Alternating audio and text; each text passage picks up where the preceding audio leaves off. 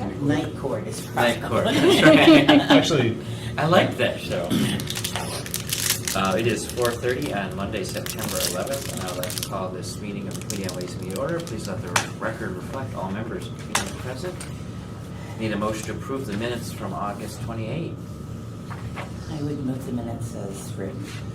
Moved by Councilman Wood. Any comments? Seeing none, all those in favor, please say aye. Aye. Aye. All opposed?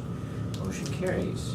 Next item is item number 4 on our agenda, where we allow members of the public 3 minutes to comment on agenda items. And I see no members of the public, but I'm currently stalling while we wait for Mr. Kilpatrick to arrive to discuss item 5B. Let's just go to 5B real quick. So 5B is the resolution accepting the U.S. Department of Transportation's Safe Streets for All grant. It's a $210,000 grant. $168,000 is federal money in a 24-month cycle, one-time $42,000 city match. Here he is. Oh, there he is. apologize. All right. You are Popped up on my 20 screen. I was like, seconds. oh, yeah. Warned that Here. I was like 20 2 minutes seconds late. We just got your thing. So it's the Safe Streets for All grant from the U.S. Department of Transportation. Yes.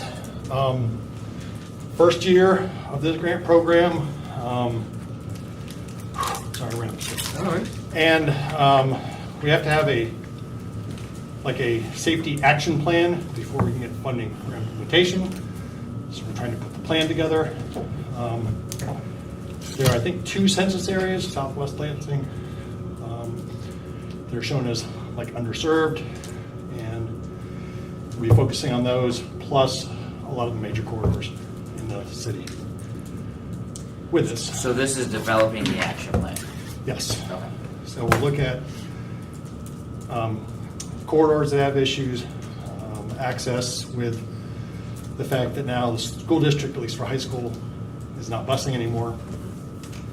So access to catastops and from the catastop to the high schools, and then areas where there's lower vehicle ownership that might be, have to have public transportation or use sidewalks or bike lanes more often.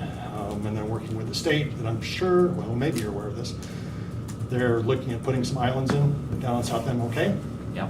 So we have a meeting with them this week, and once we have the plan put together, then we will apply for funding for implementation of some of those countermeasures. Great.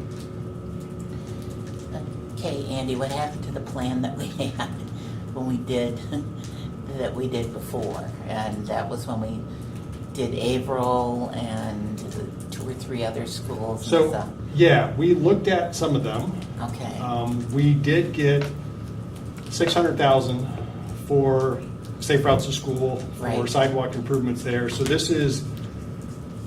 it's more than just the safe routes to school. So we're looking at school as well, but this is for everyone, looking at vehicular crashes and areas maybe with no sidewalk or with other issues, to look at countermeasures.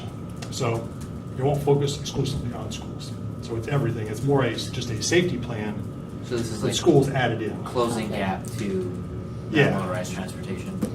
It's that. It's looking at areas that may have high crash incidents, and maybe there's some traffic signal improvements that need to be made so things are more visible, or areas that may not have street lights that we need to look at improvements there. So we will look at all the data that's out there. There is a significant portion that's kind of community outreach, and we'll be looking at groups that might be underrepresented in a lot of the outreach we normally do. So Refugee Development Center and others that might not have opportunity to come to some city input meetings when we do those.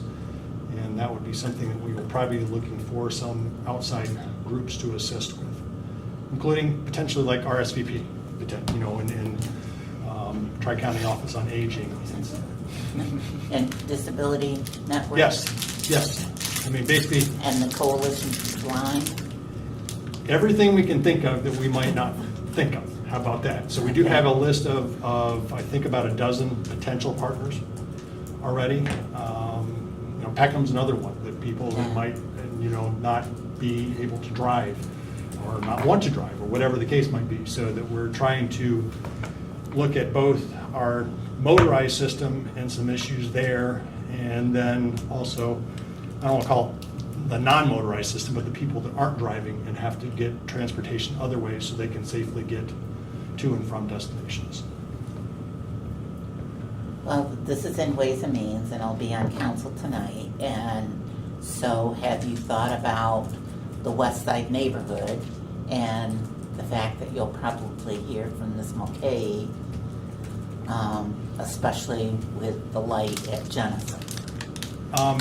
Yes, and obviously, as everyone's aware, that's an MDOT signal, and I'm understanding they will be sending something out fairly soon on whatever they have decided and evaluated. Do you know what they decided?